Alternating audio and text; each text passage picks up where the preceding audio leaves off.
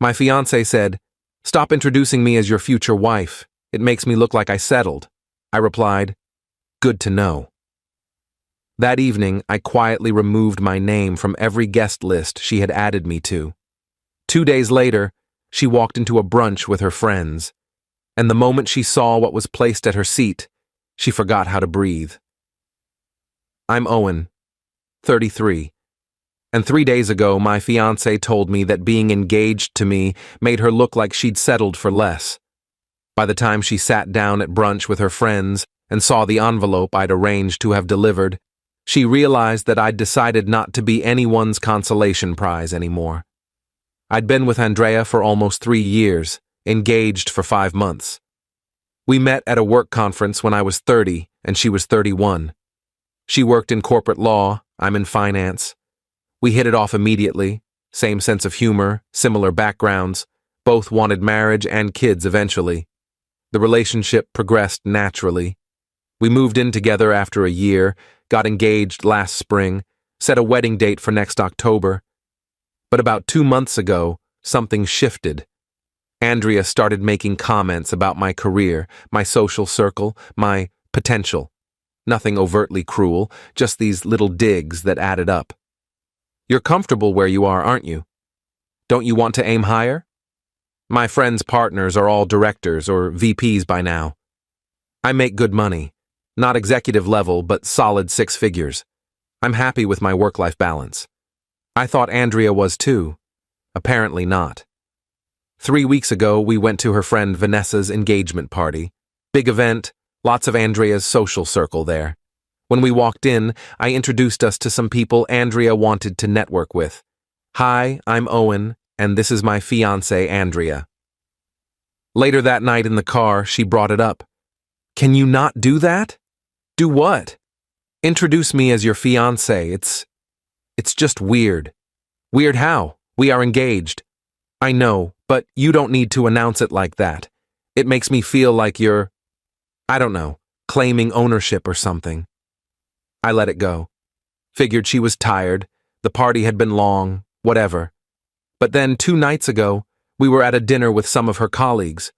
Old law school friends, people she'd known for years. When someone asked how we knew each other, I said, "Andrea's my future wife. We're getting married next October." The table went quiet for a second. Then conversation resumed. But Andrea's face had gone tight. On the drive home, she exploded. "I asked you not to introduce me like that." "Like what? As my future wife? That's literally what you are." "It makes me look like I settled. Like I couldn't do better, so I just picked you." I felt like I'd been punched.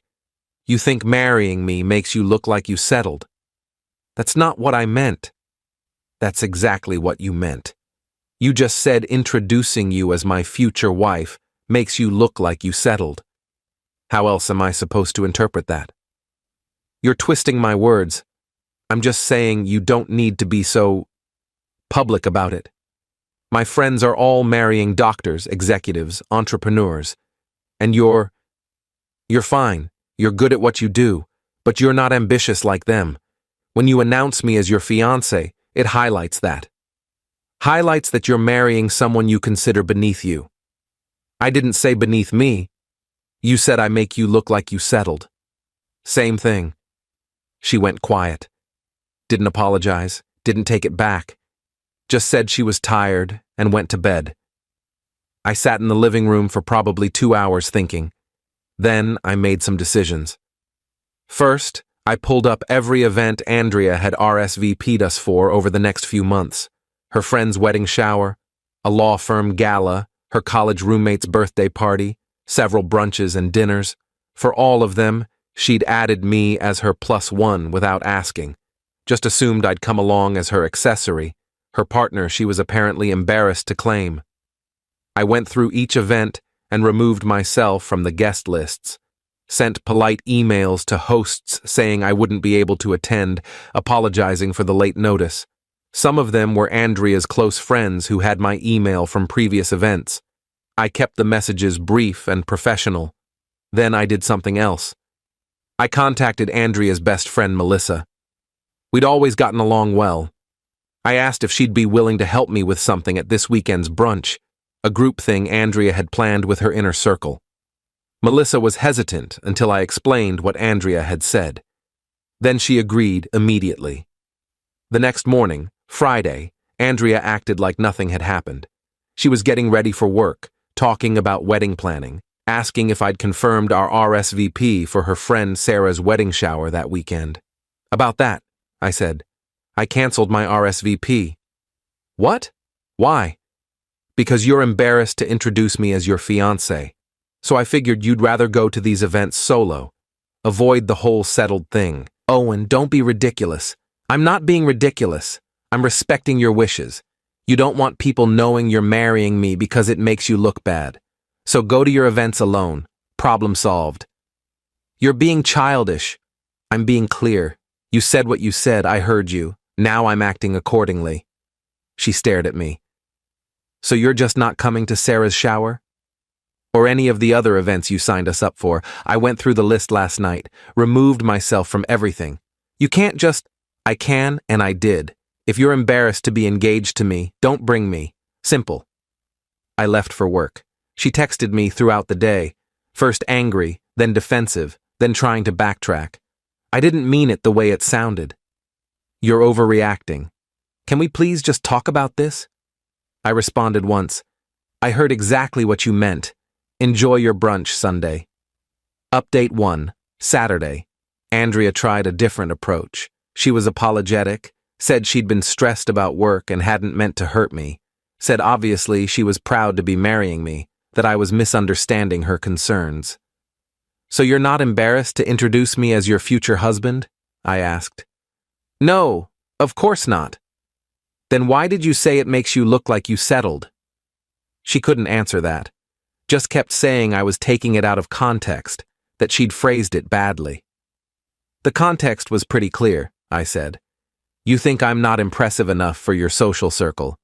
You think being engaged to me reflects poorly on you. That's not phrasing. That's how you actually feel. Owen, please. Are you going to the brunch tomorrow? Yes, but I want you to come. Please. Let's just show up together and move past this. I'm not going. You'll have to explain to your friends why I'm not there. What am I supposed to tell them? Tell them the truth. That you're embarrassed to be engaged to someone who makes you look like you settled. She didn't like that. We spent Saturday mostly in separate rooms. That evening, she asked one more time if I'd reconsider coming to the brunch. I said no. She went to bed frustrated. What Andrea didn't know was that I'd already coordinated with Melissa. The brunch was at a nice restaurant, one of those trendy, bottomless mimosa places Andrea's friend group loved. Melissa had arranged with the restaurant to have something delivered to Andrea's seat before everyone arrived, an envelope with Andrea's name on it. Inside the envelope was a letter I'd written, and a copy of our wedding venue cancellation confirmation. Sunday morning, Andrea got ready for brunch, asked me one last time if I was coming. I said no. She left around 10:30 a.m. I waited at the apartment. Around 11:15 a.m., my phone started ringing. Andrea. I didn't answer. She called 3 more times. Then Melissa texted me. She opened it. You should have seen her face. 15 minutes later, Andrea came home. She burst through the door, envelope in hand. What the hell is this? She demanded. It's exactly what it says. Cancellation confirmation for our wedding venue. You canceled our venue without talking to me? You told me marrying you makes you look like you settled. I decided to solve that problem. No wedding, no settling. Owen, you can't just cancel our wedding. I didn't cancel the wedding. I canceled the venue. But yeah, I'm canceling the wedding too. As of right now, we're not engaged anymore. She just stared at me. You're breaking up with me? Because of one comment? It wasn't one comment. It was a pattern. Months of you making me feel like I'm not enough. Like you're embarrassed of me. Like you're only with me because you couldn't find someone better. I'm done being someone's backup plan. You're not my backup plan. Then why did you say introducing you as my future wife makes you look like you settled? Why have you been comparing me to your friends' partners? Why do you care so much about how I make you look to other people?" She couldn't answer. Just stood there holding the letter and the cancellation notice. "The letter explains everything," I said. "How you've made me feel for months. How I'm tired of being treated like a disappointing choice. How I deserve someone who's proud to be with me, not embarrassed." "Owen, please. I'm sorry. I didn't realize—" "You didn't realize because you weren't thinking about me at all. You were thinking about your image, about what your friends would think, about whether I was impressive enough for your social circle. That's not love. That's social climbing. That's not fair. What's not fair is spending 3 years with someone, agreeing to marry them, then telling them they make you look bad. That's what's not fair." Update 2. Andrea didn't leave. She spent the rest of Sunday trying to convince me I was overreacting, that I was throwing away 3 years over a misunderstanding, that if I'd just give her a chance to prove she didn't really feel that way, we could work through this. "How are you going to prove it?" I asked. "By introducing me to your friends? You already had that chance, multiple chances, and you made it clear you didn't want to. I'll do it now. I'll call everyone from brunch, tell them you're my fiancée." "Don't bother. Melissa already told them. After you left the brunch in a panic, she explained to everyone what you'd said to me, about settling, about being embarrassed. Your friends know exactly why I ended things." Her face went white. "Melissa told them?" "I asked her to. You wanted to keep me hidden, make me your secret shame. I wanted your friends to know the truth about why the wedding's off. You humiliated me in front of my entire social circle. You humiliated me for months, called me unambitious, said I made you look bad, compared me to other people's partners. I just made sure your friends knew the real reason we're done." She tried for another hour to change my mind, cried, apologized, said she'd do anything, but I was done. I told her to pack a bag, stay somewhere else for a few days while we figured out living arrangements. She eventually left around 6 p.m., went to stay with her sister. Monday morning, I contacted a lawyer about untangling our finances. We'd combined some accounts, co-signed on the apartment lease. It was going to be messy, but necessary. Monday afternoon, Andrea's mother called me. "Owen, honey, what's going on? Andrea called us crying, saying you ended the engagement." "I did. Did she tell you why?" "She said you overreacted to something she said, that you're being unreasonable. She told me that being engaged to me makes her look like she's settled, that introducing her as my future wife embarrasses her because I'm not impressive enough for her friends. Those are her words, not my interpretation." Silence. Then, "She said that to you?" "Multiple times, in different ways, for months." "Oh, Owen, I'm so sorry. That's not okay. That's not how you treat someone you love." "That's what I figured. Do you think there's any chance you two can work through this?" "No. I spent months feeling like I wasn't enough, like I was some disappointment she was stuck with. I'm not going back to that." "I understand. I'm sorry it ended this way. You've always been good to our family." We talked for a few more minutes. She said she'd talk to Andrea, try to make her understand what she'd done. I appreciated it, but didn't expect it to change anything. Update 3. It's been 3 weeks since the brunch. Andrea and I are in the process of separating everything. She found a new apartment, moves in next month. I'm keeping our current place since the lease is primarily in my name, and I can afford it solo. She's tried multiple times to reconcile, sent long texts about how she's realized she was wrong, that she took me for granted, that she's been in therapy working on her issues with image and validation. I've responded politely but firmly. "It's over. There's no going back. Please respect my decision." Her friends have been divided. Some think I overreacted, that I should have given her another chance. Others, including Melissa, have sided with me. Melissa told me that after I left the brunch and she explained everything, several of Andrea's friends admitted they'd noticed her being dismissive of me, that she'd made comments before about me not being at her level. Apparently, it wasn't just in my head. The wedding venue refunded about 60% of our deposit.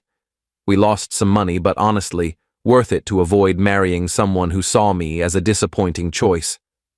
Andrea sent me a letter last week. Long handwritten thing about how she knows she messed up, how she's sorry she made me feel inadequate, how she wishes she could take it back. The letter ended with, "I wasn't embarrassed of you. I was insecure about myself. I thought if you were more impressive, it would make me feel better about my own choices. I projected my issues onto you, and I'm sorry." I read it twice. Then I put it in a drawer. Maybe she's telling the truth. Maybe she really is working on herself. But that doesn't change what she said. Doesn't change months of feeling like I wasn't enough. Final update. It's been 4 months since I ended the engagement. Andrea moved out completely about 6 weeks ago. We've had minimal contact since, just logistics about splitting shared items and closing joint accounts. Everything's finalized now. We're completely separate. I heard through Melissa that Andrea's been struggling. Lost some friends who sided with me or just got tired of the drama. Her family's disappointed in how she handled things. She's still in therapy, apparently, working through whatever made her so concerned about appearances and status. I ran into her once, about 3 weeks ago, at a coffee shop near our old apartment. She was with someone. I don't know if it was a date or just a friend, but she saw me, and her face went pale. I gave her a polite nod and kept walking. Didn't stop to chat, didn't engage, just acknowledged her existence and moved on. She texted me later that day. "It was good to see you. You looked happy. I'm glad." I didn't respond. My life's gotten significantly better since the split. I've reconnected with friends I'd neglected during the relationship. Started rock climbing, something I'd always wanted to try. Been dating casually. Nothing serious yet, but I'm not in a rush. I'm learning what I actually want from a partner instead of trying to be what someone else wants. The biggest change is internal. I don't second-guess myself anymore. Don't wonder if I'm ambitious enough, successful enough, impressive enough. I'm comfortable with who I am and what I've accomplished. If that's not enough for someone, they're not right for me. My brother asked me last week if I ever think about reaching out to Andrea, seeing how she's doing, maybe getting closure. My answer was no. We had closure at that brunch. She sat down and opened an envelope that told her exactly why I was done. That's all the closure either of us needed. Melissa and I still talk occasionally. She told me Andrea asked about me recently, wanted to know if I was seeing anyone. Melissa shut that down immediately. "That's not your business anymore," she'd told Andrea. "You had someone good and you made him feel like he wasn't enough. Let him move on." I appreciated that. The thing I keep coming back to is this. Andrea didn't just make one comment about settling. She revealed a pattern of thinking that had been there all along. The comments about my career, my ambition, my potential, they were all part of the same issue. She'd built this image in her head of what her life should look like, and I didn't fit that image. Instead of recognizing that the image was the problem, she tried to change me or hide me. I'm glad I found out before the wedding, before we had kids, before I spent years trying to live up to standards I was never going to meet because they were arbitrary and constantly shifting. Some people think I was too harsh, that canceling the venue and having the letter delivered at brunch was unnecessary drama, but I disagree. Andrea needed to understand that actions have consequences, that you can't treat people like disappointing accessories and expect them to stick around. The letter at brunch made sure she and her friends understood exactly why I was walking away. Would I do it differently if I could go back? Maybe I would have had a longer conversation before canceling the venue. Maybe I would have given her one more chance to apologize meaningfully. But probably not. She'd had months to apologize for the comments, to recognize she was hurting me, to change her behavior. She didn't. She only cared when I took action. I'm Owen, 33, single, living in an apartment that's all mine. Learning that being alone is infinitely better than being with someone who makes you feel small. Andrea thought I wasn't impressive enough for her friends. Turns out, she wasn't impressive enough as a partner. That's all there is to it. Edit 1. People keep asking what the letter said exactly. I kept it simple. Explained how her comments had made me feel over the past months, listed specific things she'd said, including the settled comment, and stated clearly that I was ending the engagement because I deserve someone who's proud to be with me. Attached the venue cancellation as proof I was serious. Edit 2. Yes, I did lose money canceling the venue and other wedding arrangements. Worth every penny. Would have lost a lot more divorcing someone who fundamentally didn't respect me. Edit 3. Andrea's friends from the brunch have reached out a few times, some apologizing for not noticing how she treated me, others asking if I'm really done or if there's a chance we'll reconcile. I've been clear with everyone. It's over. No reconciliation. No second chances. She showed me who she was, and I finally believed her.